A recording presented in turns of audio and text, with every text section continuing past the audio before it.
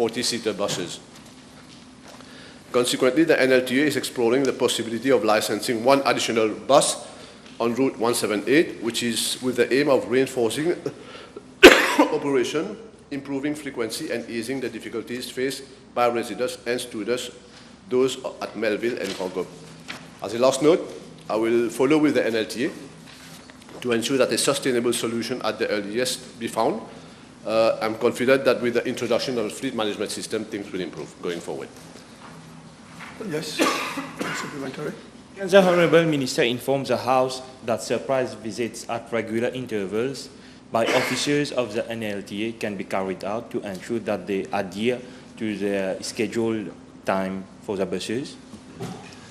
There is, since about 2 weeks now, a new management at the NLTA, and I've had meetings with them with a view to taking on board the propositions made by the honourable member.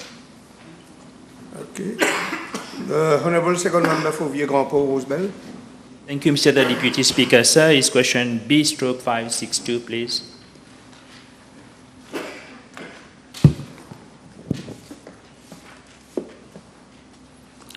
Mr. Deputy Speaker, sir, I am informed by the Municipal Council of Capip that in 2015, it undertook 15 renovation works as follows. First, renovation of the fencing of the basketball, volleyball pitch and lighting at Lee. Second, lighting at Le Cazen football ground. Third, upgrading of fencing works at football ground at Sir Winston Churchill Stadium. Fourth, leveling and turfing of Loiseau football ground. Fifth, leveling and turfing of the Cazen football ground development project 2024. Sixth, maintenance of building at the cemetery. Seven, construction of temporary metal structure for fairs at the Forum Market Fair. Eight, extension of existing metal structure for temporary fair at the Forum Market Fair. 9, fencing of volleyball pitch at Loiseau. 10, lighting works at volleyball pitch at Loiseau, Phase 1. 11, lighting works at volleyball pitch at Loiseau, Phase 2. 12, turfing of the existing football ground at La Pérouse Street, Kerpip. 13, lighting works at Le Cazen football ground. 14, extension of existing metal structure for Forum Fair. And 16, construction of spiral metal staircase at Kerpip Market. Mr. Deputy Speaker, sir, I am advised that no consultancy services were retained for these projects. I am tabling the details with cost estimate and final contract value as requested in the first question. The question was about the town hall of Cupid. Yeah.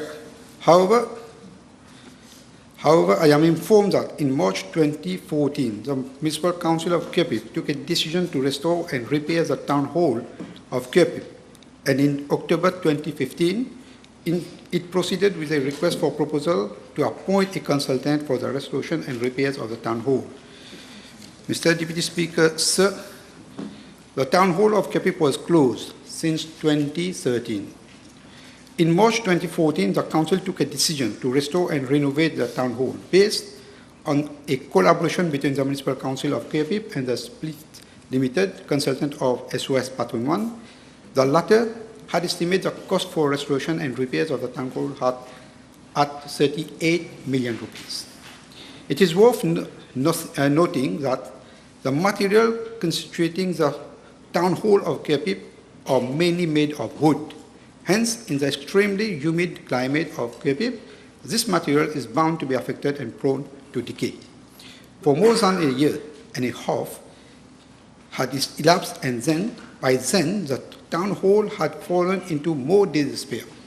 The approval of the then project and plan committee was obtained in September 2014. The Municipal Council of Kerpip then proceeded with a request for proposal in October 2015 to appoint a consultant still on the same estimate of 38 million rupees and with a closing date on 9 November 2015. The bid evaluation committee recommended that the contract for consultancy be awarded to Desai and Associates Limited for an amount of 1,840,000 rupees exclusive of VAT. The contract was awarded and the consultancy contract agreement was signed on 8 July 2016. Desai and Associates was selected on the basis of having achieved the highest combined technical and financial scores. The consultancy service was for a duration of 30 months. However, the total cost of the repairs and refurbishment were assessed by the consultant Desai and Associates Limited in 2016 at 134 million rupees. That is 134,987,000 rupees inclusive of VAT. That is before proceeding with the invitation of bids for renovation works. The increase in cost estimate was due to inclusion of new items such as replacement of majority of internal timber claddings, strengthening works to timber floor structure, refurbishment of kitchen, luminaire, and other accessories, including revised estimate for replacement of roof structure given that there was further deterioration in the structure. A comparative exercise was effected by the Council regarding the updated cost. The Council had highlighted that the town hall is experiencing a continuous deterioration with time and had sought the approval of the project plan committee regarding the increase in the cost of the project since, as per the investment project process manual, any project whose pre-tender cost estimate exceeded the approved cost estimate by 15% at project design phase had to obtain the clearance of the aforesaid mentioned committee. By then, the project involved in the renovation of the town hall of Kerpip instead of just restoration and repairs. On 8 February 2017, the project plan committee had requested the ministry to ask the municipal council to seek a second opinion on the estimate cost proposed by the consultant and to try to revise same downwards. The municipal council of Kerpip requested that canvas could be used as an alternative material for the roof shingle instead of thick shingle, which would cause a significant decrease of around 16 million rupees. The use of alternate materials at the basement level was also recommended, following which the cost was revised to 117,380,000 rupees exclusive of VAT.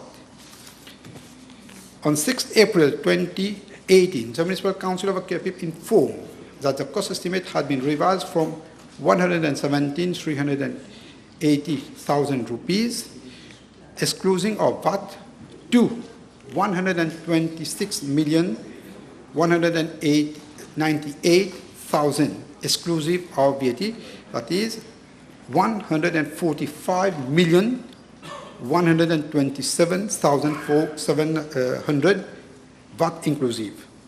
The then head Public Infrastructure Department of the Council informed on 9 April 2018 that the increase in cost is due to the further deterioration of the public infrastructure resulting from heavy rainfall during the period 2017 to 2018. On 17 April 2018, the then Ministry of Local Government and Outer Islands conveyed its approval for the increase in project value for the renovation of the Town Hall building of Kerpip from 117,380,000 exclusive of VAT to 198,000 exclusive of VAT, that is 145,177,700 VAT inclusive. Consequently, the consultant submitted on 6 August 2018 a revised consultancy fees 6,615,000 excluding VAT based on the new estimate cost and increase in the scope of works. A bid evaluation committee was set up at the level of the council to assess the revised consultancy fee. That committee recommended that an amount of 6,033,000 rupees be paid to the consultant. The approval of the then Ministry of Local Government and Outer Islands was sought, following which the advice of the Procurement Policy Office was requested. following which a meeting was held at the level of the Procurement Policy Office on 10 January 2019, where it was noted that the Municipal Council of Kepip had erroneously interpreted Section 46, subsection 4 of the Public Procurement Act 2006 to justify the increase in consultancy fees with no limit, when it should have referred to Section 46, subsection 3 of the Public Procurement Act 2006, which caps the amount the Council was thus requested to reassess the revised fees. Mr. Deputy Speaker, sir, a new bid evaluation committee was set up which recommended... Sorry, you are going too long. The question is simple. As to the initial cost, it's already finished. and the consultancy fees and the final cost. Yeah, the final. It's coming on the Just final. please inform us about these three items. Yeah. The consultant was not agreeable to this revised fees and went arbitration given that the Municipal Council of Kepip could not go against the provision of the Public Procurement Act 2006 and the Public Procurement Regulation 2008.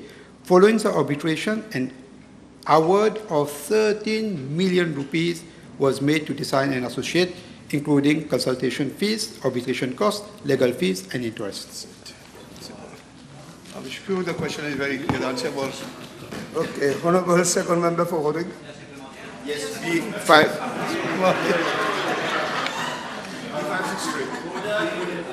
Mr. Deputy Speaker, la 13e édition des Jeux de la Commission de la Jeunesse et des Sports de l'Océan Indien will be held on the 2nd to 10th August 2025 in Seychelles. Since its inception, our country has always participated in the CGSOE Games. Mr. Deputy Speaker, as regards part A1 of the question, I'm informed that this year's edition will feature 11 sports disciplines and a concours culturel. The sport disciplines are athletics, para-athletics, badminton, basketball, beach soccer, boxing, football, judo, swimming, volleyball, weightlifting, and yachting. Mr. Speaker, with regard to part A2 of the question, I'm informed that the 7 member countries have confirmed their participation, namely Comoros, Djibouti, Madagascar, Mauritius, Mayotte, Réunion Island, and Seychelles. Mr. Deputy Speaker, concerning part 8.3 of the question, I'm informed that 165 participants, including 27 from Rodrigue, will represent the Republic of Mauritius. Mr. Deputy Speaker, in order to ensure an optimal preparation for the Games, my ministry is providing the following facilities and support: access to the High Performance Center at Côte d'Or National Sport Complex for physical preparation, participation in local and regional competition, a light mid-after training session, sport facilities, intensive training camps tailored to each sport, provision of specific equipment, and medical and paramedical facilities, such as massage, vitamins and supplement, blood tests, and dental care. A committee de suivi chaired by the Director of Sports of our ministry has been set up to ensure the effective implementation of these measures. Accordingly, officers of my ministry conduct regular site visits and hold regular meetings with the national sport federations. These allowed for close monitoring and timely feedback on the ongoing preparation.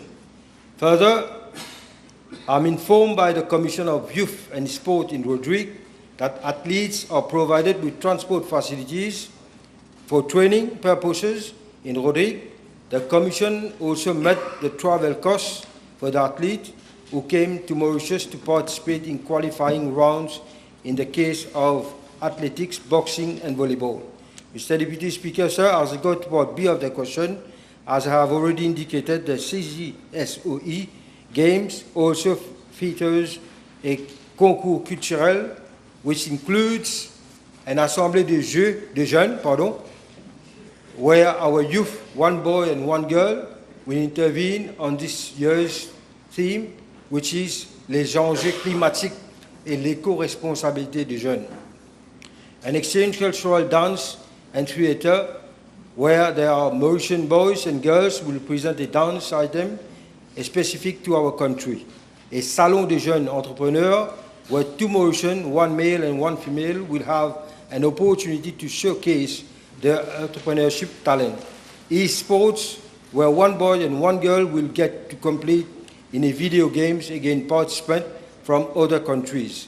And a forum de la jeunesse where all young people from the 7 countries of the CJSOE and who are partaking in the concours culturel can participate. Mr. Deputy Speaker, sir, I'm confident that with these facilities and support, our athletes will surely make our country proud and bring a maximum medals. You have a supplementary? Yes, please. If I have just missed some of the numbers, may I ask the Honourable Minister whether there will be parity in the national delegation for coaches, encadreurs, and the youth participants from Mauritius for the initiative of concours culturel, Salon des Jeunes, as you mentioned, for this game? Mr. Deputy Speaker, sir, I wish to inform the House and my honourable colleague from Rodrigue in particular that I have ensured that our youth from Rodrigue are adequately represented in the games. Mr. Deputy Speaker, sir, 6 young Rodriguans are participating in the concours culturel in parity with their counterpart from mainland Mauritius. This arrangement also applies to the encadreur. In the last edition of the CGSOE Games in 2022, in Mauritius, 2 young from Mauritius had participated therein. Mr. Deputy Speaker, sir, I wish to point out that the Commissioner for Youth and Sport in Rodrigue was entrusted with the responsibility of selecting the Rodriguan participant in respect of the concours culturel. Yes, the Honourable Second Member for Kachamiliti Amoka. Thank you, Mr. Deputy Speaker. Question B564, please. Thank you very much, Honourable Member. Mr. Deputy Speaker, with regard to assessment of the Division of Veterinary Services, formerly known as Livestock and Veterinary Division, I wish to inform the House that an assessment was conducted by the World Organization for Animal Health from April 29th to 10th of May 2024, and a final report is still awaited. However, a draft report has been submitted to my ministry, and some of the key recommendations made by the World Organization for Animal Health are as follows. 1, develop dedicated livestock animal health policy and strategy, which includes veterinary public health, adopting one health approach. 2, develop formal guidelines for accurate documentation of inspection functions and to strengthen capacity to allow Division of the Veterinary Services to perform its core function more effectively and in line with the World Organization for Animal Health standards. 3, develop a code of ethics and rules of practice and prepare work ethics guidelines to ensure the quality of veterinary service provision and review and revise all legislation covering the veterinary domain to comply with the World Organization Animal Health Terrestrial Animal Health Code.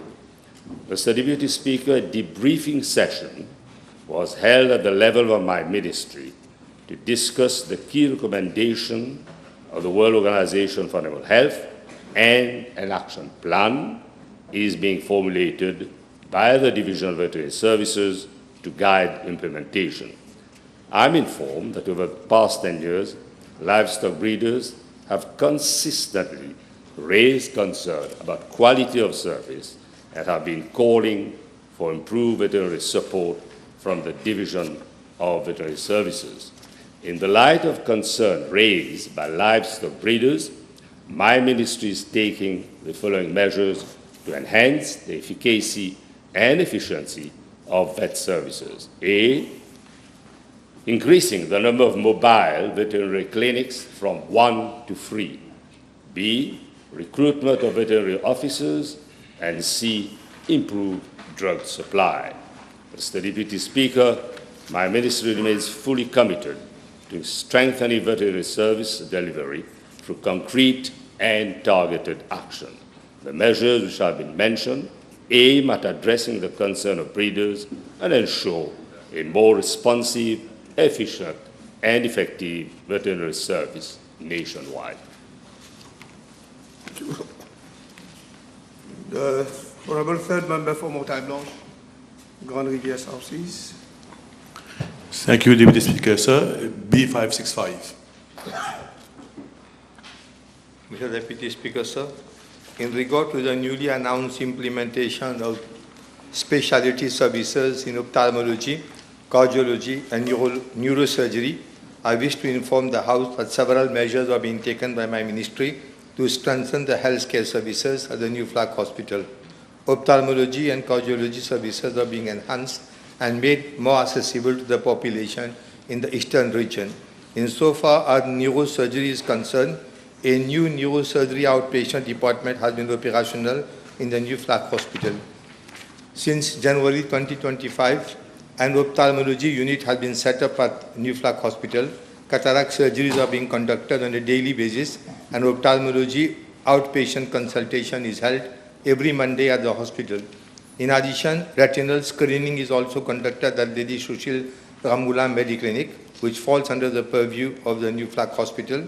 This decentralization of ophthalmology services has improved access to eye care and also significantly reduced waiting times for surgical procedures. It is to be noted that ophthalmology services are already being offered at Mocha Eye Hospital and Suyak Hospital, contributing to a broader and more efficient regional network. The establishment of ophthalmology unit at the Flag Hospital has further bolstered these services and deliver much needed care to residents of the eastern and northern regions. In line with our commitment to continually enhance specialized care, my ministry is presently working on the establishment of a state-of-the-art coronary angiography unit at the New Flag Hospital. Once operational, this unit will allow for the performance of diagnostic angiography and interventional procedures such as angioplasty, thus providing critical life-saving services locally and reducing the need for patient transfers to other major hospitals. As far as neurosurgery is concerned, my ministry is actively engaged in the setting up of a specialized neuroscience trauma and rehabilitation center by early 2026. This initiative forms part of the broader strategy to decentralize tertiary care and to improve access to advanced neurosurgical services in the region. The unit will be equipped to handle neurosurgical cases and will include a dedicated neuro outpatient department for consultations, follow-up, and non-invasive assessments. Mr. Deputy Speaker, sir, the implementation of these specialty services coupled with comprehensive ENT unit at the New Flag Hospital reflects this government's unwavering commitment to equitable, decentralized, and highly quality health care delivery, which has the objective of providing timely and accessible care for all our citizens. Yes, sir. The Honourable Second Member for Belrose Cabo. Je vous remercie, Monsieur le Président. B566. Mr. Deputy Speaker, sir, with regards to Part A of the question, I am informed by Metro Express Limited that since I took office in November last, a total of 5 incidents have been reported at various metro stations, including those of Trianon and Belrose, in the constituency of the Honourable Member. The total loss suffered by MEL amounts to 5.2 million rupees. That is 102,170 as stolen money, and 5.1 million rupees, I am informed, as damages to assets. I am tabling the reports from MEL with regards to these incidents, which is here.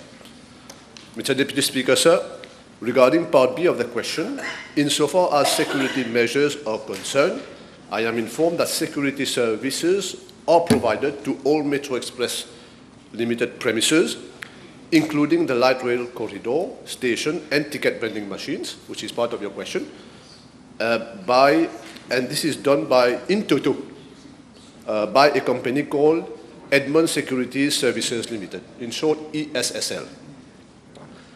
The contract for this company has been renewed on several occasions since the beginning of the project, I've been further informed, and on 29 May 2024, an annual amount of 23,339,940 was the contract which was awarded for 2 years. As per the contract, security deployment for night duty operations for ensuring security comprises of the following.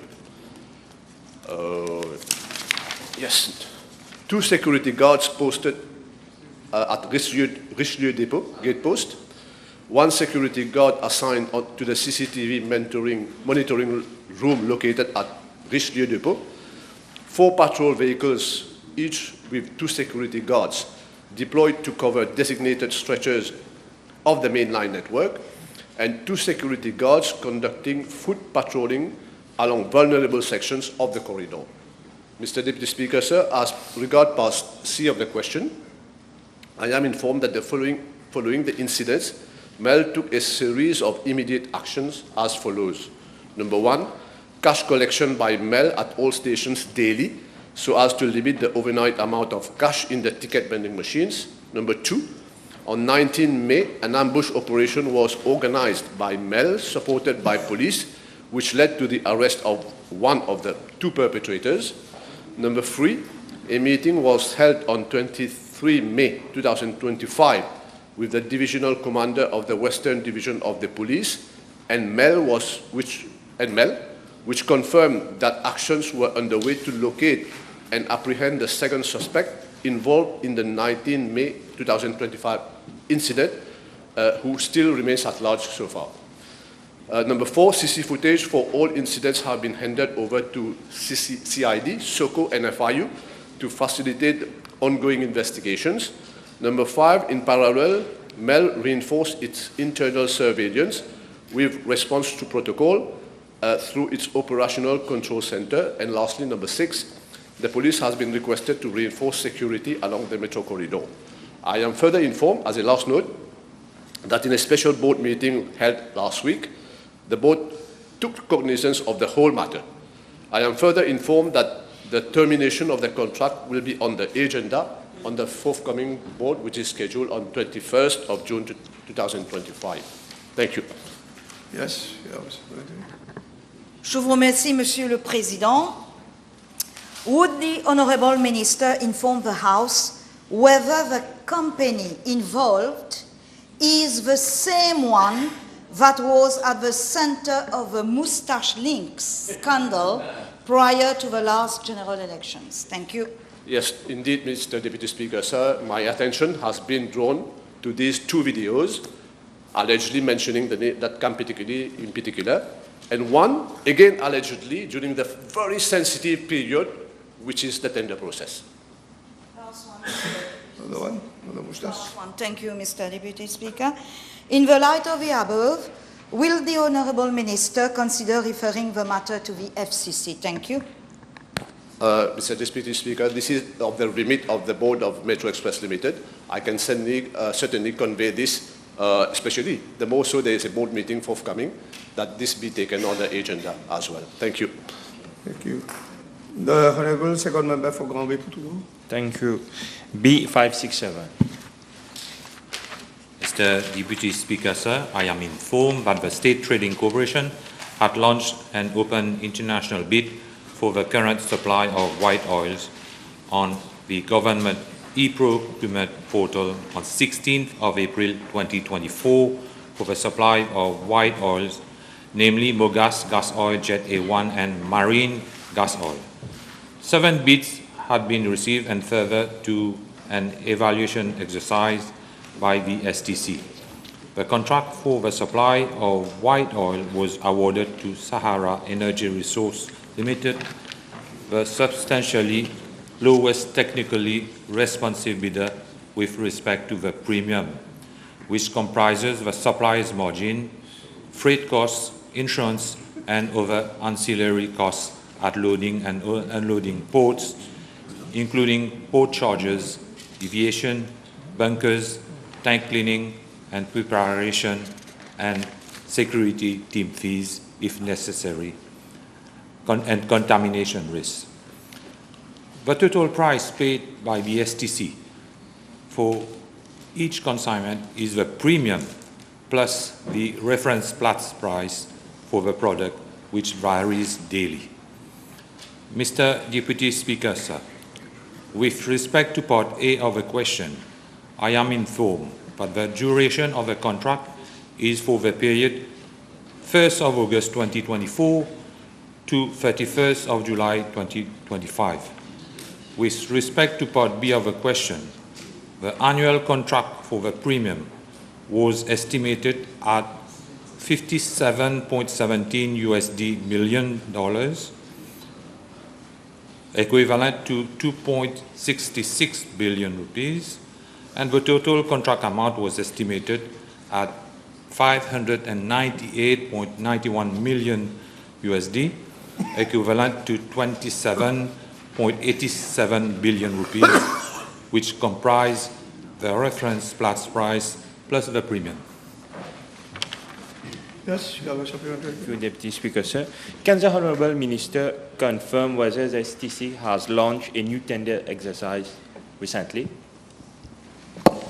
Mr. Deputy Speaker, sir, I am informed that on 11th of April 2025, the STC launched an open international bidding exercise for the supply of white oils for the period of 1st August 2025 to 31st of July 2026.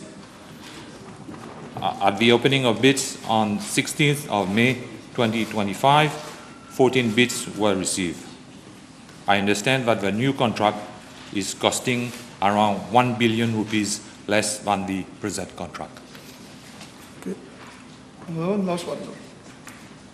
Can the Honourable Minister inform the House what is the premium price and the total contract amount of the new contract starting from the 1st August 2025 till 31st July 2026, and also of the situation of the price stabilization account? Thank you.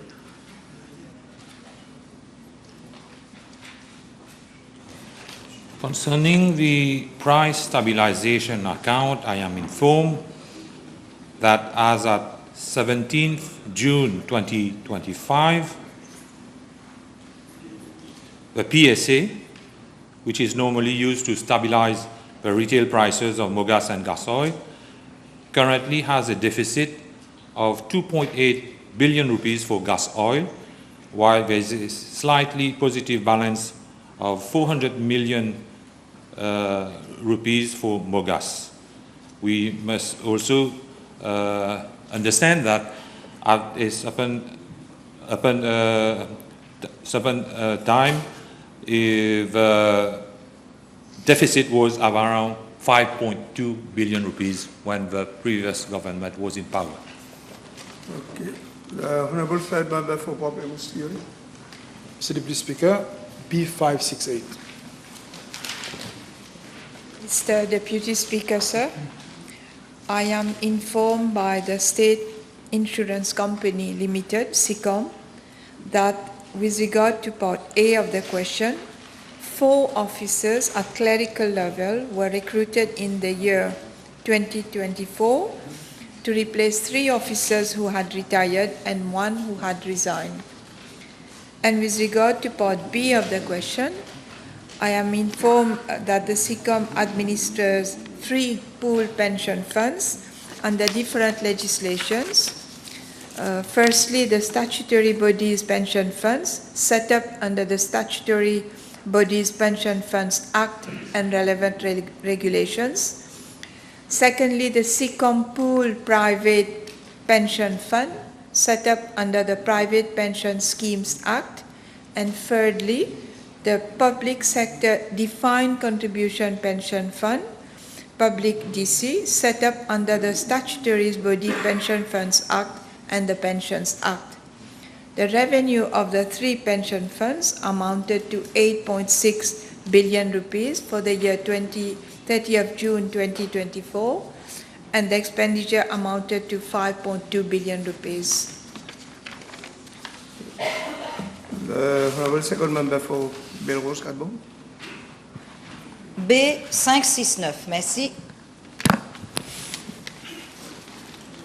Mr. Deputy Speaker, sir, with regard to the provision of duty-free facilities for the purchase of motor vehicles by priests, religious federations, and religious associations, I wish to inform the House that this measure was announced in the budget speech 2024-2025 by the previous government.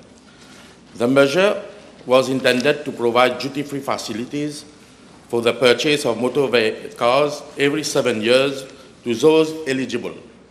The eligibility criteria are as follows. First, a priest registered with or employed by a religious federation receiving a government subsidy. Second, a priest registered with or employed by a religious association. Third, a priest registered with the Ministry of Arts and Culture. Or fourth, a religious federation employing priests and receiving a government subsidy. This measure is supported by amendments to the Excise Act via the Finance Miscellaneous Provisions Act 2024 and the Excise Amendment of Schedule Number 4, Regulation 2024, with effect from 1st October 2024.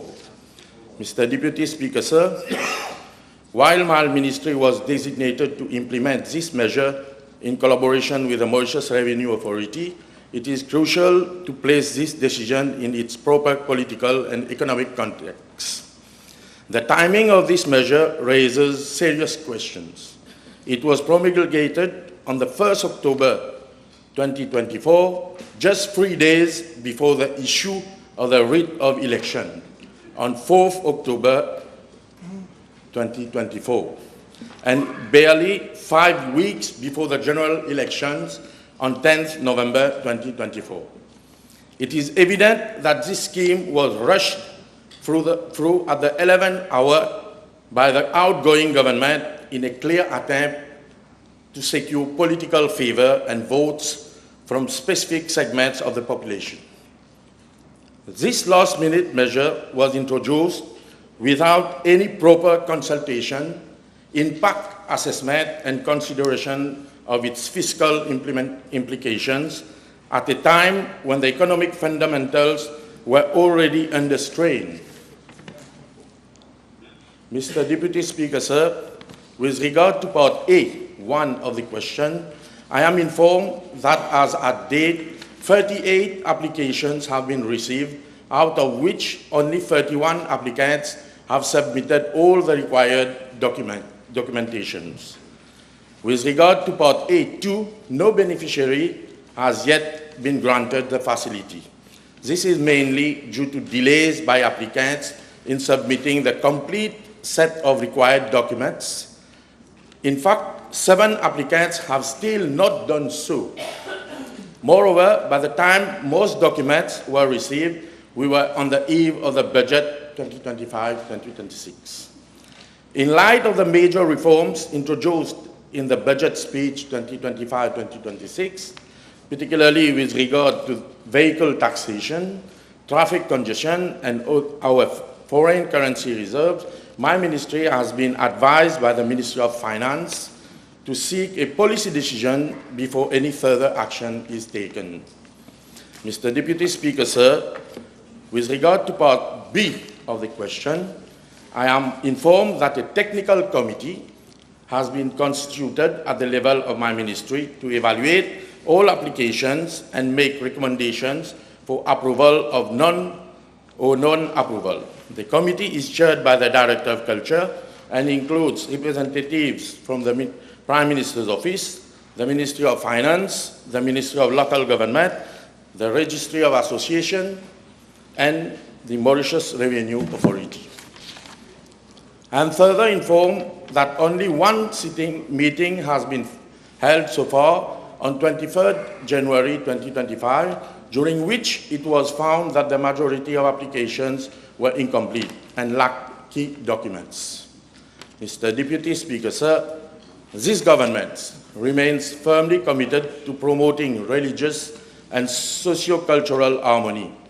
but we will do so with fiscal discipline, equity, and transparency.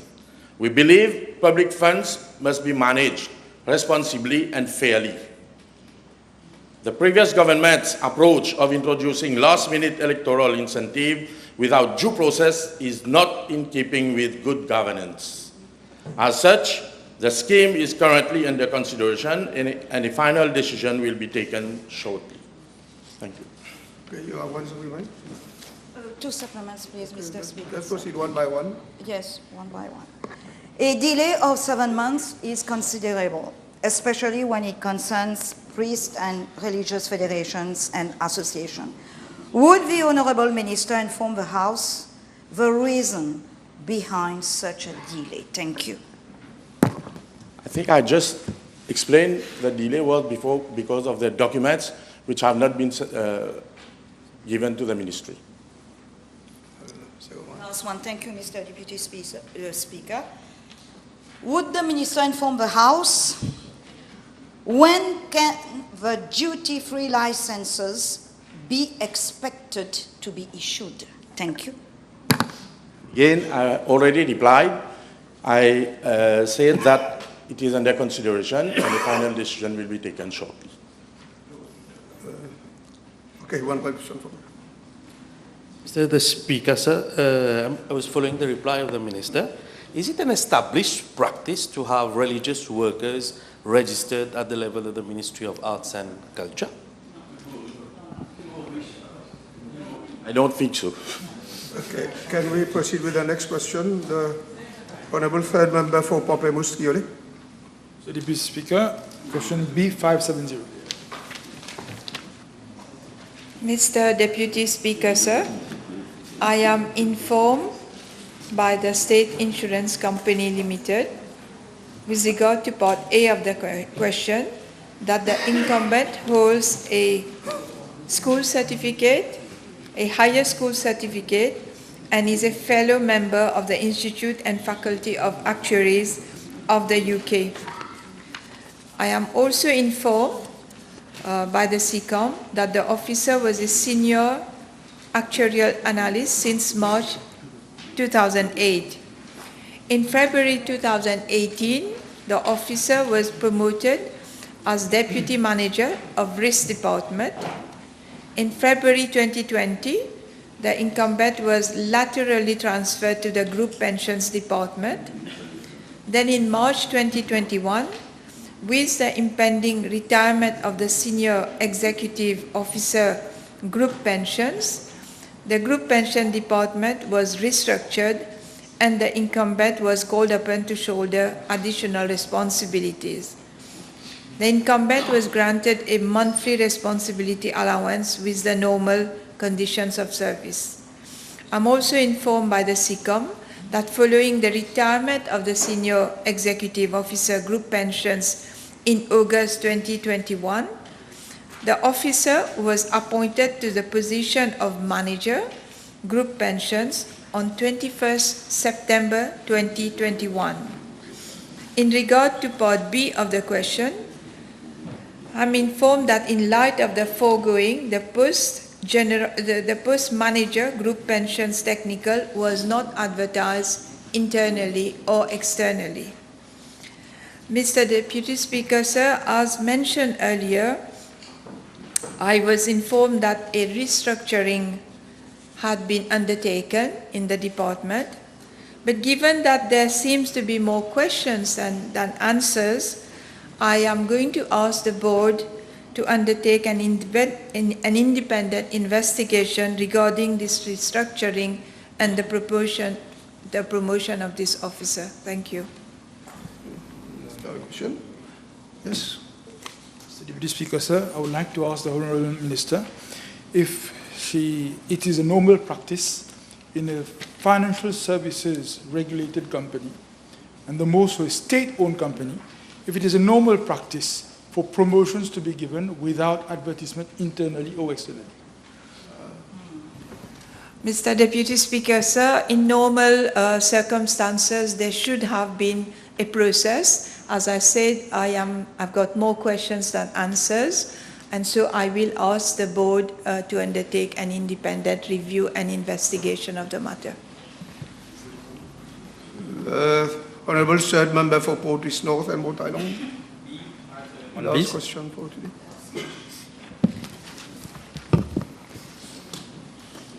Mr. Deputy Speaker, sir, as regard to part A of the question, 7 appointments have been made in the grade of financial controller since December 2014 to date. I am tabling the list. Thank you. As to part B of the question, there is only one permanent funded vacancy in the grade of financial controller or at the Municipal Town Council of Bourg-Saint-Rosil following the retirement of Mr. James Daniel Lam Hing on 11 October 2024. I am informed that the vacancy for the post of financial controller has been advertised on 15 May 2025 among serving qualified officers, principal accountant in the service with closing date set at 28 May 2025. Okay, question time is, we have exhausted all the questions, so the next item. Honourable Prime Minister. Madam Speaker, Mr. Deputy Speaker, I beg to move that all the business on today's order paper be exempted from the provisions of paragraph 2 of Standing Order 10. Motion is seconded by the Deputy Prime Minister. The question is that all the business of today's order paper be exempted from the provisions of paragraph 2 of Standing Order 10. Those in favour say aye. Those against say no. The ayes have it. Statement by Minister. Mr. Deputy Speaker, with your permission, I'm making a statement to the House. In the budget speech, we have announced a major reform of the basic retirement pension. It is abundantly clear that the old age pension system in Mauritius has become fiscally unsustainable and financially unbearable by the reckless policies of the previous government. In our country, the present working generation shoulders the responsibility of funding the BRP expenses for the elderly generation. When present workers retire, it will be their turn to benefit from pensions, and the future working generation will fund it. When the number of workers is much higher than the number of older retirees, the system is relatively sustainable. But when the number of workers shrinks and the number of old age pensioners soars, the system becomes financially unsustainable and financially unbearable. Madam Speaker, Mr. Deputy Speaker, it is extremely rare for a country to provide old age pension, one, to all persons who are 60 years old. Second, those who have not contributed for the old age pension, as the BRP is a non-contributory pension. And thirdly, everybody who attains the age of 60, irrespective of his income and assets. Mauritius, it seems, is the only case where we do this. Even in rich and advanced countries, the old age pension is paid much later than 60 years, often 65 years. In France, just now, they are proposing to increase the age to 67 years. In Germany, they are proposing to increase it to 70 years. It is sometimes contributory, and it mostly means tested, precisely to ensure its fiscal sustainability and its fairness and equity across generations. As a result of these three combined features in our old age pension, the BRP has become fiscally unsustainable and, as I said, financially unbearable.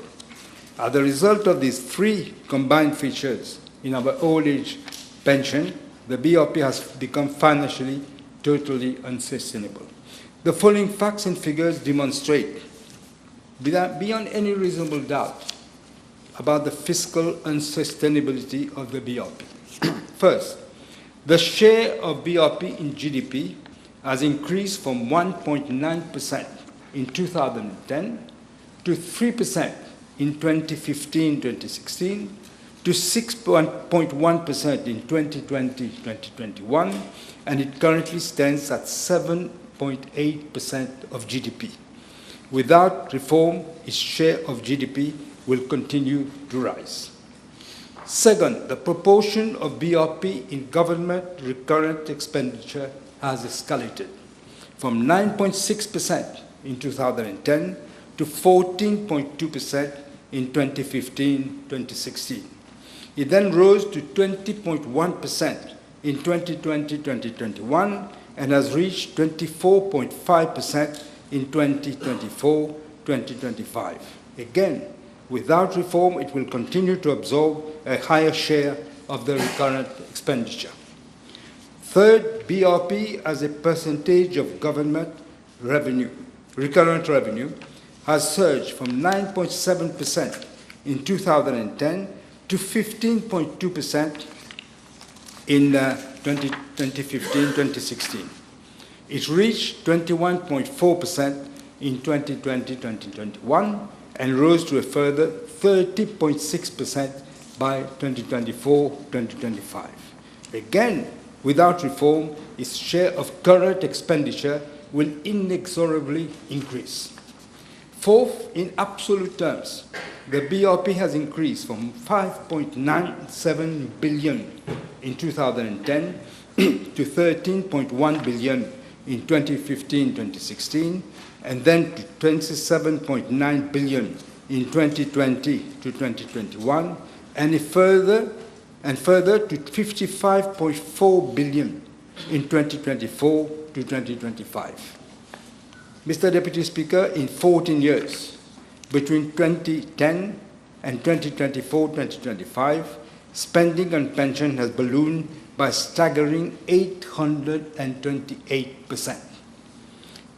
In only 4 years, between 2021 and 2024-2025, it has almost doubled from 27.9 billion to 55.4 billion.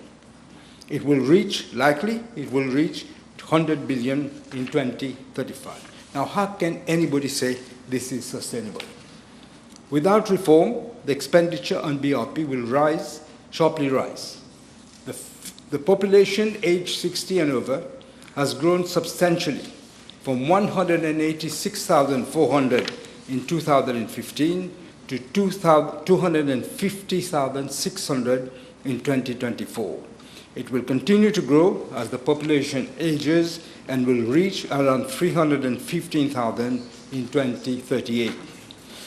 Equally, the ratio of older persons will rise considerably with the aging population, from around 20% today to 30% in 2051.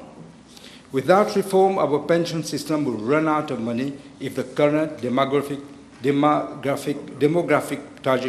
trajectory persists. Six, the fertility rate. Fertility rate has dropped sharply over the years, from 5.9 in 1960 to 2.8 in 1980 to 1.57 in 2010 and 1.34 in 2024. It is now well below the replacement rate of 2.1. This indicates a declining population, and this trend will accelerate in the future. Without reform, there will be far fewer workers to support far more pensioners. Seventh, the number of workers will continue to decline while the dependency ratio will rise, thus decreasing the ratio of working individuals to pensioners. The ratio of workers to pensioners has declined from 3.9 in 2015 to 2.7 now, and is expected to further fall to 2 in 2035. Without reform, the smaller working population will have to bear a growing burden of contributions to finance the pension of the many more retired. Eighth, life expectancy at 60 years has increased for both men and women. Life expectancy of men at 60 has risen from 13.4 in 1962 to almost 17.92 in 2022. For women, it has gone up from 16.3 years in 1962 to 21.75 in 2022. It means that the government has to fund non-contributory pension for a much longer period for both men and women. Without reform, it will be very challenging to fund pension for more people with a higher number of pensioners yearly. Ninth, to give the House a sense of the financial burden, BRP payments in the last fiscal year exceeded the total government spending on education, on health, and housing combined. Without reform, expenditure on pension will crowd out critical investment in education, health, and housing. 10th, to finance this increasingly rising expenditure, government has to borrow massively, thus raising the public sector debt to an alarming level of 90% of GDP. Without reform, the debt will continue to rise as a share of GDP. 11th, debt servicing has risen sharply and is second most important expenditure after pension today. It is amounted to a staggering 21.8 billion rupees in fiscal year 2024-2025. Without reform, the country will spend a rising share of its expenditure on debt servicing and thus crowding out key priorities. As early as 2015, the IMF, in an expert report, projected that by 2050, expenditure on BRP would be at an unsustainable level of 8% of GDP. Because of the irresponsible decisions taken by the previous government, believe it or not, Mr. Deputy Speaker, we are already at 7.8% now. That is around 25 years ahead of what the IMF had projected. Madam Speaker, Mr. Deputy Speaker, no politician likes to make unpopular decisions. However, unchecked and unreformed, rising expenditures on BRP will significantly penalize our children and grandchildren. This is about intergenerational fairness and equity. We have no choice, Mr. Deputy Speaker, than to act responsibly. I fully understand that pension reform can be an unpopular choice for today's voters, presenting a dilemma for politicians sensitive to public opinion and also those engaged in reckless populism and unbridled demagogy. For all the reasons mentioned above, pension reforms are vital to rebalancing the burdens across present and future generations in a fair and equitable manner. This may entail short-term costs, but for long-term sustainability. It is why it is imperative that the general public is aware of the pension reform and the challenges we face in the future. Mr. Deputy Speaker, there is an utter confusion in the mind of many people between a contributory and a non-contributory pension. A contributory pension requires the beneficiary to pay into the plan from his salary, like occupation pensions. In a non-contributory pension, the beneficiary does not contribute anything at all for the benefit he receives. The BRP is a non-contributory pension. There is no contribution from the beneficiaries. It is funded from the consolidated fund. As such, all increases in the BRP can only be financed through higher debt or higher taxes. Under a contributory pension system, an employee can choose to retire earlier than the prescribed retirement and benefit from a reduced pension. This, Mr. Deputy Speaker, does not apply to the BRP, which is, as I said, non-contributory. Eligibility to BRP is typically not based on employment history or prior contribution, but rather on factors such as age and residency. In other countries, it also depends on income and asset of beneficiaries. Let me make another confusion, clear another confusion about the retirement age. The budget has not changed the retirement age. We have not changed it. The retirement age was 65 and it remains at 65. Flexibility for early retirement for those in specific sectors have not changed for contributory pension. We only align the entitlement to BRP with the retirement age in order again to ensure fiscal sustainability. Mr. Deputy Speaker, the dire financial predicament we have inherited demands immediate and decisive fiscal consolidation. Without prompt corrective measures, we risk to follow the trajectory of countries such as Sri Lanka or Greece, nations that delayed essential reforms and ultimately faced severe financial crises, forcing them to accept tough, externally imposed bailout conditions. The previous government's legacy bears troubling similarities to these examples. Their pattern of unchecked and reckless spending has placed our public finances in dire straits. As a result, our national debt is projected to rise to 642 billion rupees by the end of June of this year, equivalent to 90% of GDP, highlighting the urgent need to restore fiscal discipline and rebuild economic resilience. There is a very, very high risk of the country being downgraded if there is no fiscal consolidation, and I wish to remind the House that a downgrade to a junk status would have very, very serious implications on the cost of borrowing, on our financial services sector, on the value of the rupee, investments, foreign direct investments, and the economy as a whole. No one, Mr. Deputy Speaker, would invest in a country which has the status of junk. We simply cannot afford a downgrade from investment status to junk status. As a responsible government, we could not ignore the risks posed by our unsustainable pension system, not only to public finances, but also to the well-being of our elderly population. We have no choice than to reform our shockingly unsustainable pension system. Unreformed, there would be no financial resources to pay for future pensions, even for those above 65 years. There is hardly any country that has the rare combination of providing old-age pension to all those above 60 without any contribution and without a means test. In fact, several developed countries have embraced two of the following free measures. One, extension of the retirement age to 65 and beyond. I just mentioned France and Germany. Second, introduction of a contributory element in the system with exceptions for low-income earners. And third, adoption of a means-tested system for old-age pension so as to allocate public resources more efficiently and equitably and target support to those who are in need. In these systems, eligibility for a pension or the amount received is based on household income and assets.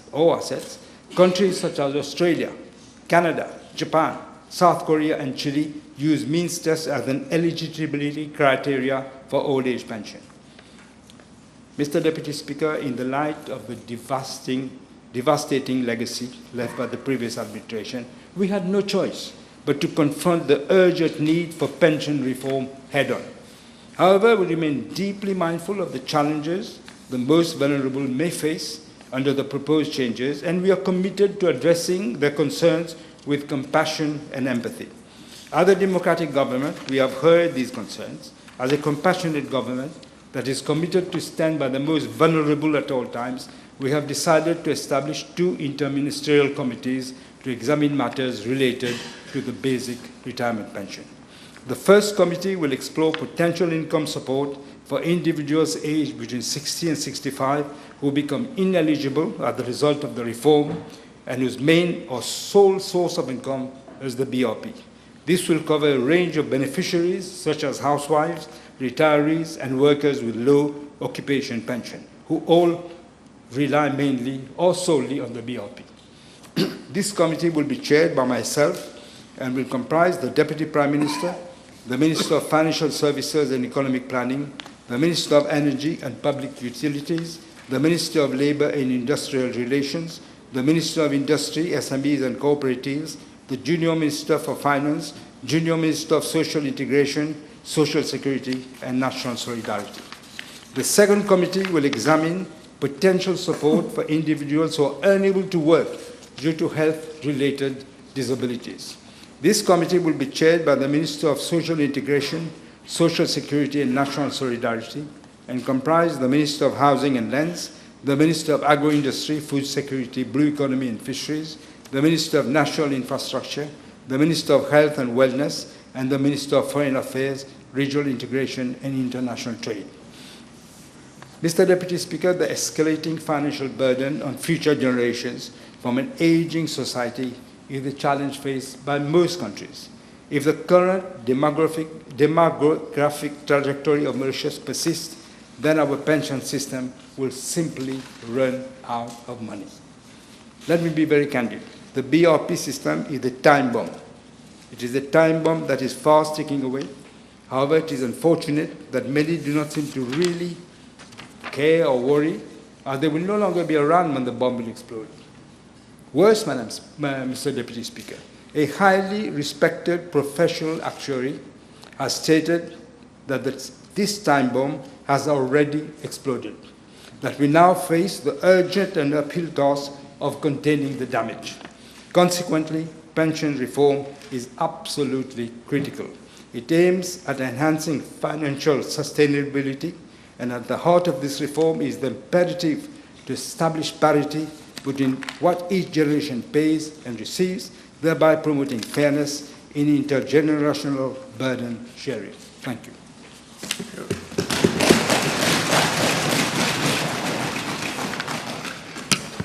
Public bills for first reading.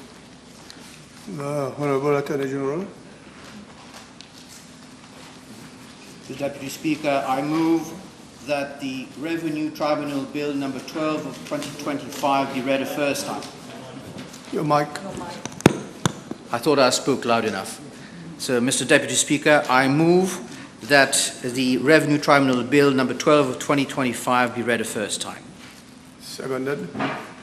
The motion needs to be seconded by them.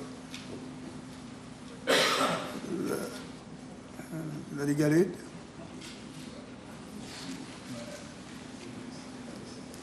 I move that the Legal Aid and Legal Assistance Bill number 13 of 2025 be read a first time. Seconded. Seconded. Public bill second reading. Madam Speaker will take the chair.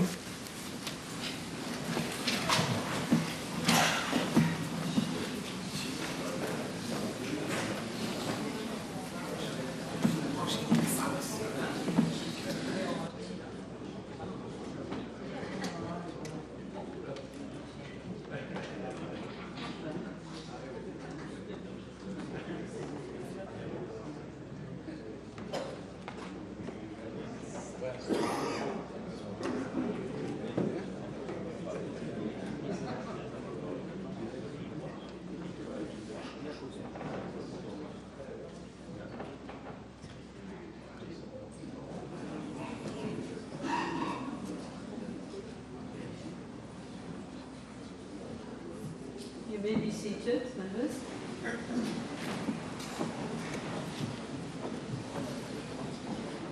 Big bill second reading. Yes, Honourable Prime Minister.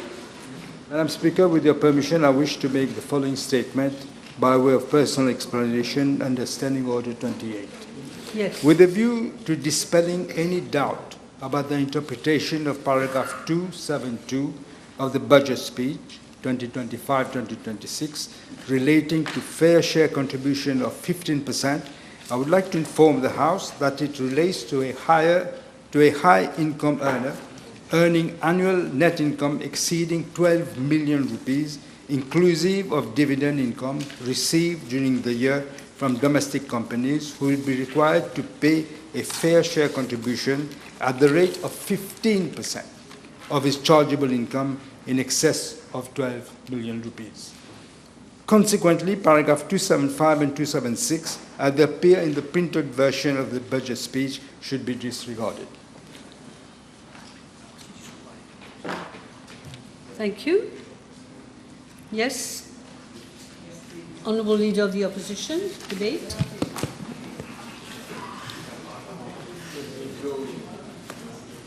Merci, Madame la Présidente. I think we should be able to agree on two things. One, that this budget is a budget de rupture à la FMI, and that this budget de rupture à la FMI est le contraire of the electoral platform on which the Labour Party was elected. When I'm saying that, I'm not making a value judgment. I will explain why I believe that it is a statement of fact. I said budget de rupture à la FMI. Now bear in mind, Madam Speaker, that those are not my words. I have merely quoted Honorable Paul Béranger as leader of the opposition during his intervention on the budget 2006-2007. And this statement, Madam Speaker, summarizes also the 2025-2026 budget, that is, the abolition of the pension for those between 60 to 65, the review of subsidies, and the abolition of various social and educational allocations. Un budget à la FMI. Madame la Présidente, nous débutons aujourd'hui les débats sur l'Appropriation Bill 2025-2026, le premier budget proposé par l'Alliance du changement, et c'est un budget qui trahit la confiance de la population, qui a cru en vos promesses pendant la campagne électorale. Dans chaque budget, il y a du bon, il y a du moins bon, et parfois, il y a du pas bon du tout. Malheureusement et tristement pour ce peuple, ce budget a très peu de bonnes mesures et beaucoup de pas bon du tout, Madame la Présidente. Pour qualifier ce budget 2025-2026, je me suis permis au tout début de mon intervention d'emprunter les mots utilisés par un des membres les plus influents de l'actuel gouvernement en 22 juin 2006, presque 19 ans de cela, budget de rupture à la FMI. L'histoire se répète, Madame la Présidente.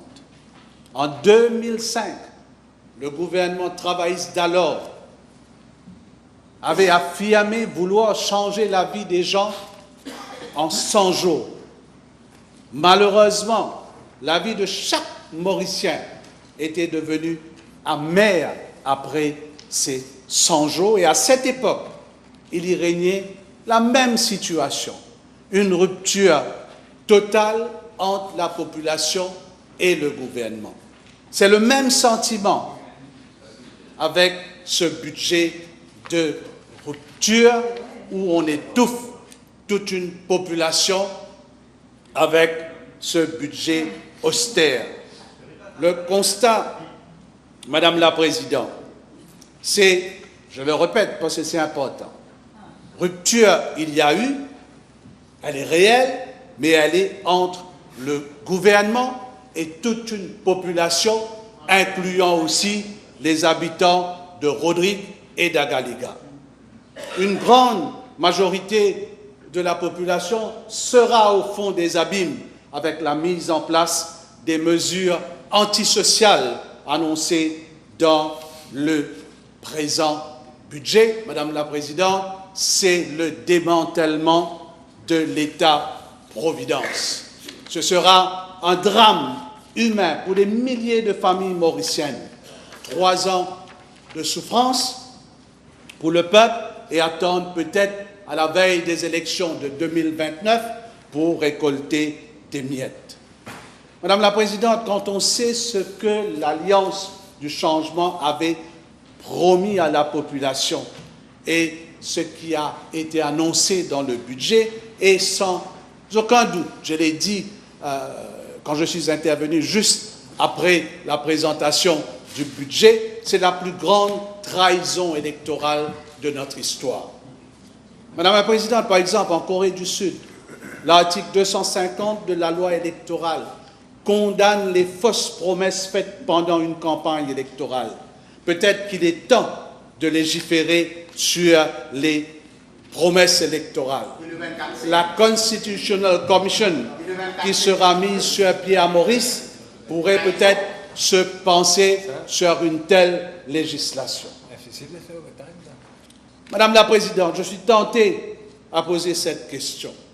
Sommes-nous devenus, avec ce gouvernement, les cobayes des institutions internationales? Laissez-moi remonter le temps. Sir Anirudh Jagannath, en tant que Premier ministre, n'a jamais cédé face à des institutions, même pendant les périodes les plus difficiles de notre pays, c'est-à-dire les années 80. Madame la Présidente, il y a eu du changement depuis la prise de pouvoir de ce gouvernement. Le premier, et cela je ne mets pas en doute la capacité du junior ministre, l'honorable Damri, mais de mémoire, c'est la première fois qu'un junior ministre préside les consultations avec les stakeholders pour la préparation du budget. Je comprends que l'honorable membre est considéré par beaucoup au sein de l'Alliance du changement, je ne dirais pas comme the preferred one, mais comme the next one, Madame la Présidente. Mais de là à lui donner un tel pouvoir et de telles responsabilités seulement 7 mois après les élections, cela doit nous interpeller, Madame la Présidente. Au sein de la majorité, on fait de l'honorable membre maintenant le bouc émissaire de l'impopularité de ce gouvernement. Mais nous savons tous que c'est le Premier ministre et le cabinet ministériel qui sont responsables de l'abolition de la pension pour les 60 à 65 ans et toutes ces taxes imposées sur la population.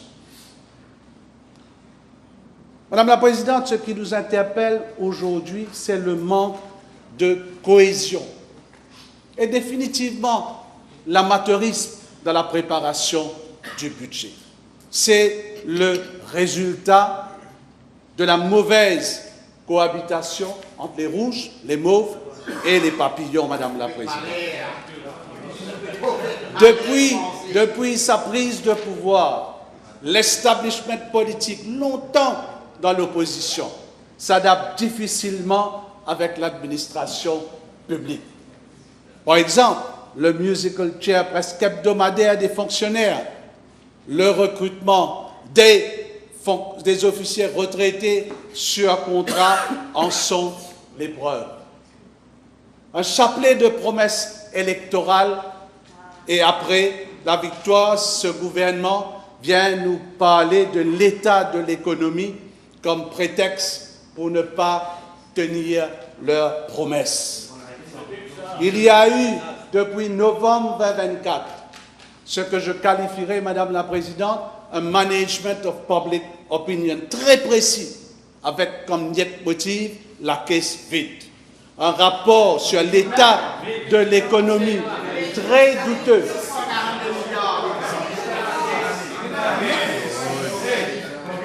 Un rapport sur l'état de l'économie. I need your protection, Madam Speaker, to speak.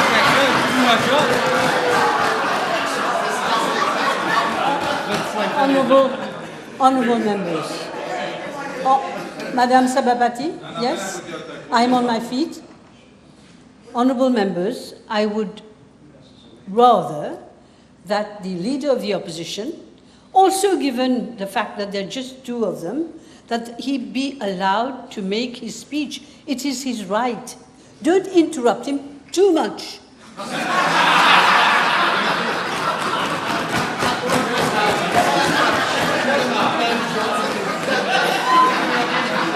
No, I can't. Even you are laughing.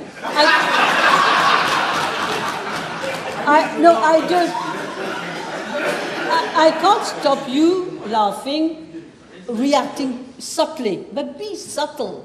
Be subtle. Let him speak. He will speak for quite... He has the right to speak for quite some time. Honorable Jaman, I'm speaking and I'm on my feet. He has the right to speak for quite some time. Let him speak. You will get the chance to reply. Please, Honorable Leader. Thank you, Madame Speaker. Un rapport sur l'état de l'économie très douteux et non signé, mais préparé par des consultants, en croire le junior ministre. La caisse vide, mais en même temps, plusieurs des ministres ont voyagé aux frais de l'État. Apparemment, 33 voyages en 8 mois. Achat de voitures neuves par les ministres, incluant le Premier ministre. Is this a budget that will go down in history?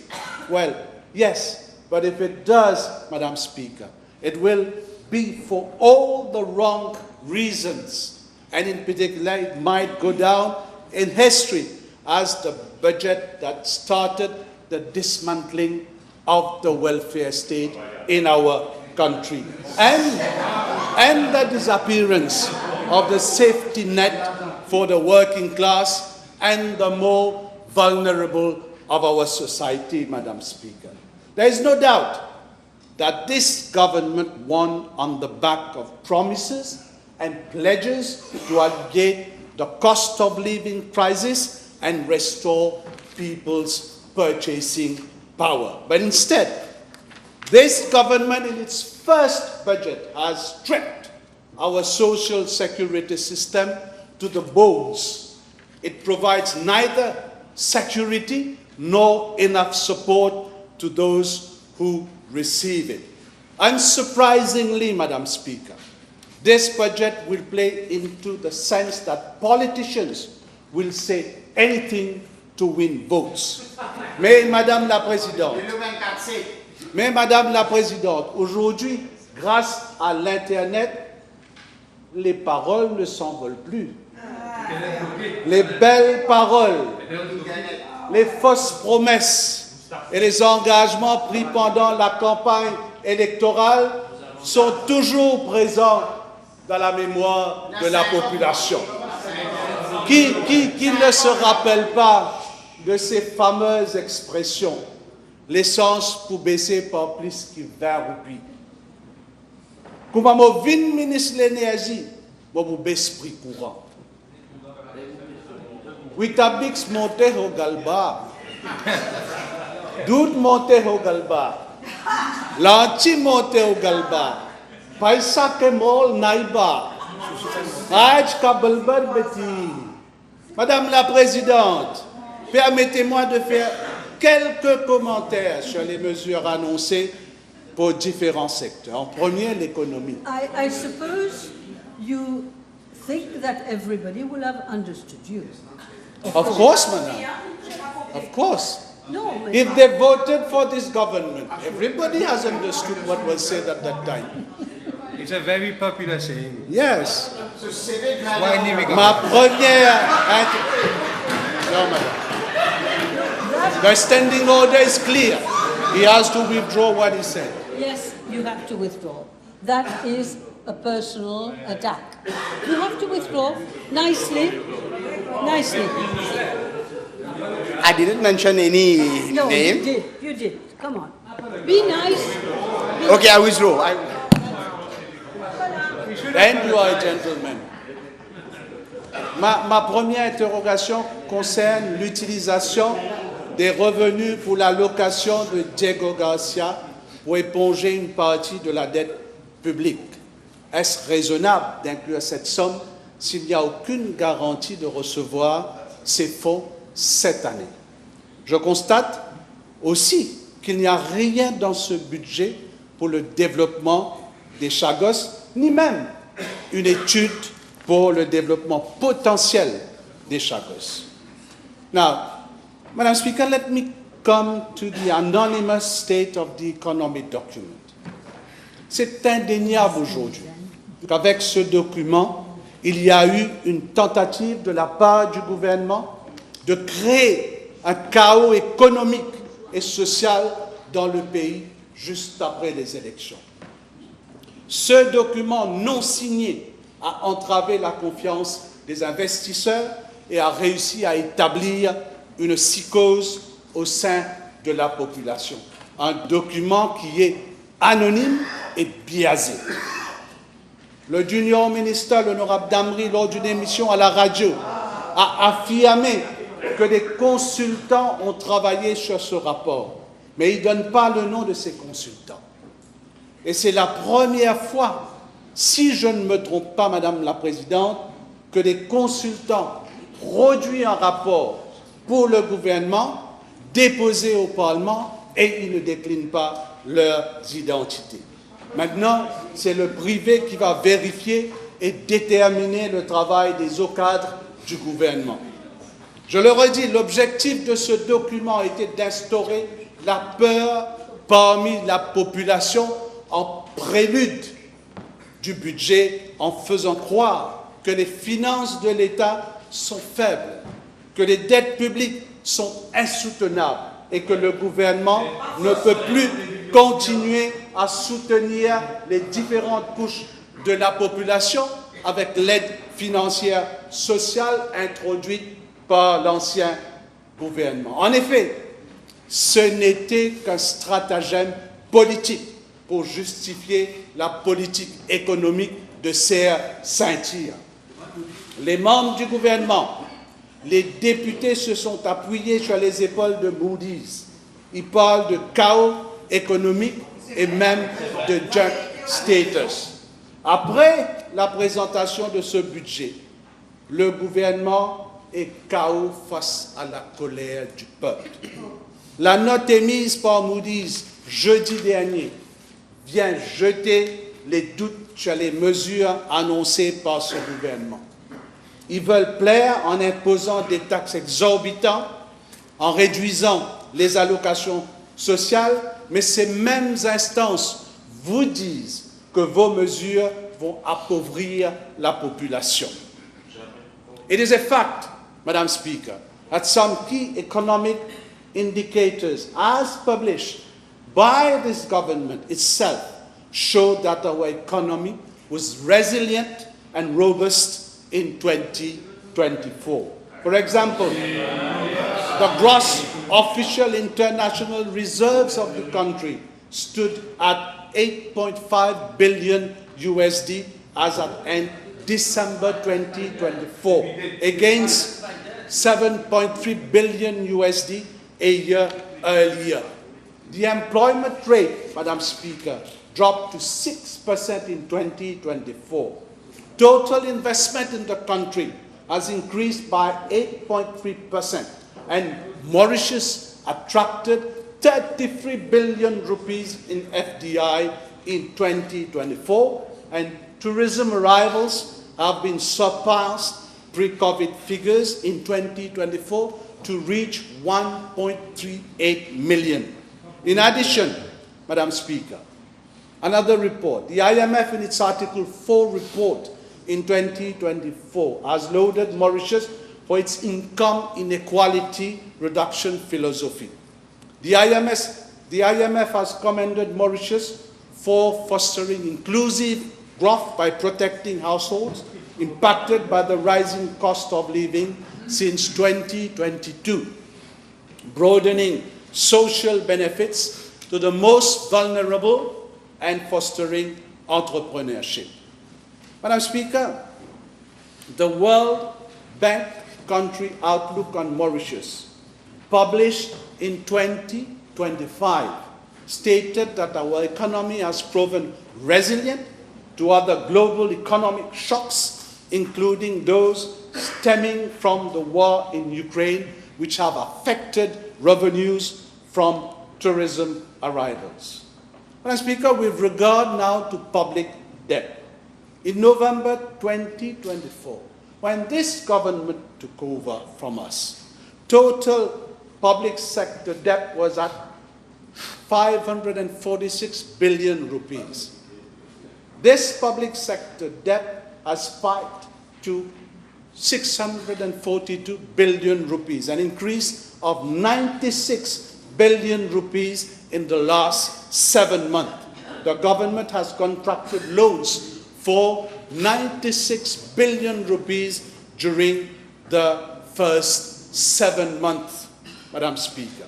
Is this what we call fiscal discipline and fiscal responsibility? Now, with regard to GDP projections, we were all taken aback to witness the downsizing of the growth in the last 6 months of the financial year 2024-2025. That is from January 2025 to June 2025 under this new government. It is evidently clear, Madam Speaker, that the government has been dormant in the first 7 months of its mandate, or purposely, let me put it this way, purposely doing so to retard the growth process by hindering strategic institutional functions like the EDB, the FSC, and the NSLD, to name a few, Madam Speaker. Je vais maintenant aborder l'une des mesures les plus controversables de ce quart de siècle dans ce budget. La pension de vieillesse gouvernementale pour ceux âgés de 60 à 65 ans. Madame la Présidente, 2 comités seront mis sur pied pour revoir la pension. Cela a été dit. Une annonce qui intervient seulement 11 jours après le premier budget de ce gouvernement. C'est ça le changement. Annoncer des mesures et ensuite mettre des comités ministériels pour revoir si la mesure peut être applicable ou pas. À travers les 2 comités mis sur pied, l'intention du gouvernement est claire, et le Premier ministre l'a annoncé tout à l'heure là, c'est le ciblage. Alors, on va déshabiller Michael maintenant pour habiller Jackson. 10 jours de cela, le Premier ministre, lors d'un interview, il trouvait le ciblage comme une injustice. Hier, le cabinet ministériel sous la présidence du Premier ministre de mettre en place ces 2 comités pour travailler sur le ciblage. Effectivement, lors d'un interview à la MBC, le Premier ministre avait dit qu'il trouvait le ciblage injuste. Tout comme la grande majorité de la population, Madame la Présidente, je suis contre le ciblage. Avec ces propositions, vous essayez d'apaiser la colère, mais ce n'est pas le cas. La politique de diviser la population sur ce sujet ne marchera pas cette fois-ci. Maintenant, il y a des questions qu'on doit se poser. Doit-on passer par un test médical pour être éligible à la pension quand on sait comment fonctionnent ces boards médicales à la sécurité sociale? Et je m'adresse aux membres de cette auguste assemblée pour gagner figure, pour gagner pension, si ou agent tel parti politique les là pour gagner pension, la suppression de la pension de vieillesse gouvernementale pour ceux âgés de 60 à 65 ans est une des mesures les plus injustes envers nos travailleurs et les femmes au foyer. L'histoire, Madame la Présidente, retiendra que c'est un gouvernement qui comprend 3 partis politiques qui ont pris naissance dans la lutte des travailleurs de notre pays, qui se disent socialistes, le PTR, le MMM et Résistance et Alternative, qui ont pris cette décision. Dans ma toute première déclaration à la presse, Après le budget, j'ai déploré l'absence de consultation avant l'introduction de cette mesure. Le gouvernement a agi unilatéralement pour détériorer la vie de toute la société civile de notre pays. Je ne suis pas le seul à l'avoir évoqué. Tous les syndicats ont reproché au gouvernement l'absence de consultation. Et hier, le ministre de la Sécurité sociale a publiquement critiqué le Premier ministre sur une radio pour manque de consultation. Résistance et Alternative, qui fait partie du gouvernement, a émis un communiqué pour dire la même chose, c'est-à-dire le manque de consultation. Et permettez-moi, Madame la Présidente, de faire quelques observations pertinentes sur les déclarations faites et le contenu de ce communiqué en date du 14 juin. Est-ce que les membres de Résistance et Alternative ne savent pas si ce parti a un ministre au sein de ce gouvernement et qu'il a droit à la parole au sein du Conseil des ministres? Mais comme disait Madame la Présidente, Jean-Pierre Chevènement, ancien ministre français, un ministre, ça ferme sa gueule, si ça veut l'ouvrir, ça démissionne. Je pose cette fameuse expression, Madame la Présidente, à l'appréciation de la population. Autre remarque sur ce même communiqué. Est-ce normal que le président du conseil d'administration du musée de l'esclavage, il est co-signataire de ce communiqué politique? Je pense qu'il faut répondre à ces questions-là. Ce gouvernement est entouré des conseillers de grande expérience. Mais malgré cela, ce gouvernement a commis une des plus grandes gaffes politiques depuis notre indépendance avec la mesure sur la pension des 60 à 65 ans.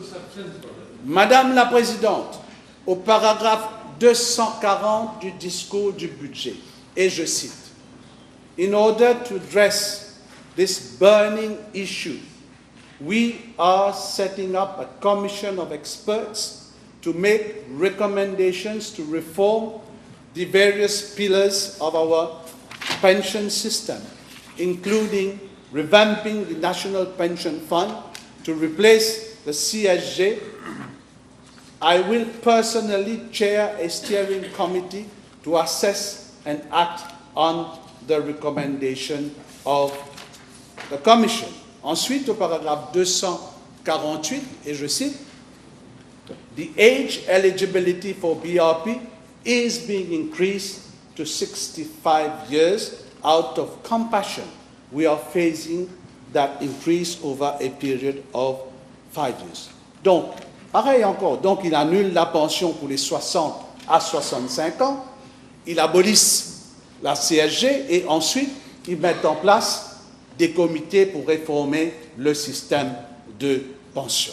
Madame la Présidente, excusez-moi, c'est mettre la charrue devant les bœufs. Un processus, encore une fois, qui démontre un amateurisme flagrant en matière de gestion. Pas de consultation, ni aucune étude sur l'effet de cette mesure sur la population. Madame la Présidente, je vois dans ce budget une répétition du budget de 2006. Sauf que cette fois-ci, l'implémentation est différente. Et là, permettez-moi de remercier et saluer le courage des syndicalistes qui, à l'époque, là je parle de 2006, s'étaient unanimement soulevés contre cette mesure. Le gouvernement de 2005 à 2010 avait dû faire marche arrière et j'espère, Madame la Présidente, que ce sera une fois de plus le cas et que le gouvernement va rétablir la pension pour tous. Et pour moi, il ne peut y avoir de compromis sur ce sujet. La révision de l'âge de la retraite est déjà une réalité, il est vrai, dans certains pays de l'hémisphère nord. Mais écoutez-moi bien, mais ces pays sont très développés, premièrement, et ont une qualité de vie reconnue mondialement. Et ces pays ont une espérance de vie plus élevée que chez nous. Dans la plupart, Madame la Présidente, dans la plupart des secteurs d'activité à Maurice, la semaine de travail est de 45 heures, alors qu'en Europe, elle est de 40 heures ou moins de 40 heures par semaine. Malheureusement, il n'y a rien dans ce budget qui démontre que le gouvernement compte revoir à la baisse les heures du travail avec l'implémentation de cette mesure. Au contraire, avec les mesures antisociales dans ce budget, les travailleurs de notre pays auront beaucoup plus à travailler pour pouvoir arrondir leur fin de mois. Imaginez les effets de leurs activités sur leur santé. 20% de notre population est diabétique. 30% de notre population souffre d'hypertension. Les personnes âgées sont les plus touchées. Notre espérance de vie, Monsieur le Premier ministre, est de 74 ans, alors que plusieurs pays où il y a eu une révision de l'âge de la retraite, l'espérance de vie dépasse les 80 ans. Donc, le citoyen de notre République aura à travailler plus en termes d'heures de travail, d'années de travail, que ceux de l'hémisphère nord. Il aura à cotiser plus, puisqu'il devra le faire jusqu'à l'âge de 65 ans, et pour peut-être profiter de sa pension que pour quelques années. Et peut-être certains parmi eux ne toucheront même pas cette pension, Madame la Présidente. And I put the question, is it fair? The answer is no, Madam Speaker. Madame la Présidente, ce pays qualifié comme un overcrowded barracoon dans les années 70 par l'écrivain V.S. Naipaul est aujourd'hui un pays classé régulièrement en première position sur le continent dans plusieurs secteurs, et cela grâce au sacrifice de ces Mauriciennes et Mauriciens qui ont travaillé dur au fil des années. Je vais maintenant, Madame la Présidente, aborder une autre mesure qui va affecter toute la population et qui se trouve au paragraphe 17b de l'annexe du budget.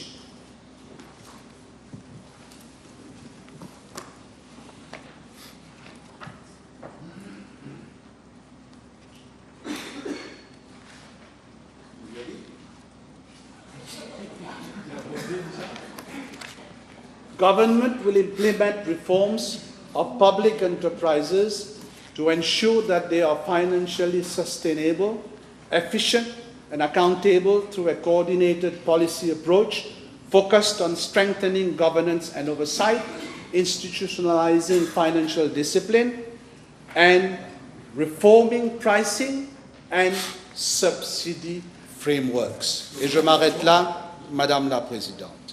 Il n'y a aucun problème que le gouvernement compte réformer certains secteurs. Par contre, sous ce même item, les mots qui doivent interpeller la population sont reforming pricing and subsidy frameworks. Madame la Présidente, en 2006, le gouvernement d'alors avait préconisé l'abolition des subsides sur le riz et la farine. Et dans ce budget, le présent budget, de façon déguisée, on nous annonce la fin des subsides. La population doit s'attendre à une augmentation du prix de la farine, du riz ration, du gaz ménager, du pain et aussi des centaines d'autres produits. C'est aussi l'annonce de la fin des subsides sur la facture d'électricité et de l'eau pour les familles les plus vulnérables. Madame la Présidente, 61 000 familles qui bénéficient du Social Tarif 110 du CEB et 60 000 familles qui bénéficient de 6 mètres cubes d'eau gratuits seront directement impactés par cette mesure. Madame la Présidente, c'est un gouvernement anti-subside, pro-patronat, tout comme celui de 2005 à 2010. Et pour faire court, c'est un gouvernement sans cœur. Vous le laissez causer, madame. Of course. This guy is... But il a le droit de parler. Est-ce que il semblerait que vous n'êtes pas en train de bien citer ce qu'il y a dans le document en question? Non, je suis en train de citer. You will reply. You will There will reply. be 64 people to rebut him. Let him speak. 64 persons. I can't speak from sitting down. I will not accept that Honorable Duval all the time tells me how to do my job.